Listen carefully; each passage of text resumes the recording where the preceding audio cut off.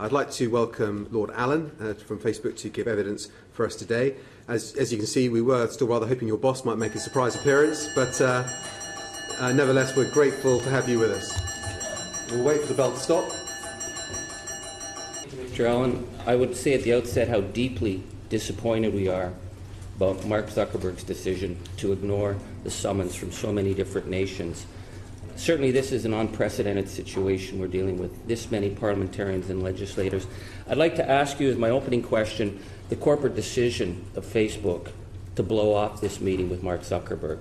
Was that, how was that arrived at? I will take responsibility for decision-making around appearances in front of committees. We, just for the record, have appeared in front of numerous committees this year of different institutions, including Mr. Zuckerberg himself appearing before 2 congressional committees and the European Parliament.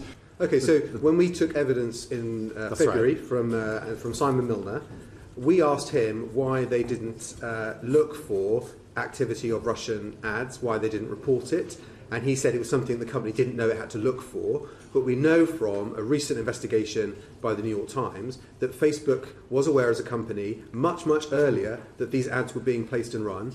They didn't report it to anyone at the time, and during the period when we were asking questions about it, no one disclosed that the company was aware of this information earlier. The impression that was given was that it wasn't until the request was made by the US Senate Intelligence Committee and Facebook was then asked to look for this activity that they knew it existed. But the company had known a long time before it existed but never disclosed that fact. Why was that? There are 2 different pieces here. So one is that this group trying to target political accounts, classic hacking mode.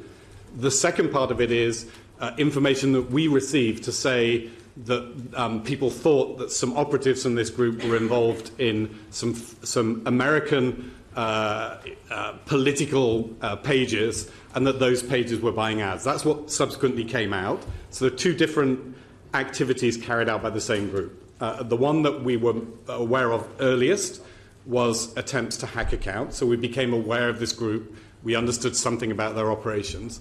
We subsequently received information to suggest that the same group had created some of these pages and were using the pages and ads to sow civil discord. But we're seeing a consistent pattern of Facebook failing to disclose relevant information of considerable public interest when you're asked questions about things like Russian activity. This information came into the public domain about the company's knowledge because of a separate investigation, not in the multiple hearings that the company's attended where it's been asked these questions. And can you not see that this has caused a massive breach of trust, not just between parliaments with the company, but with many people who watch these deliberations as well?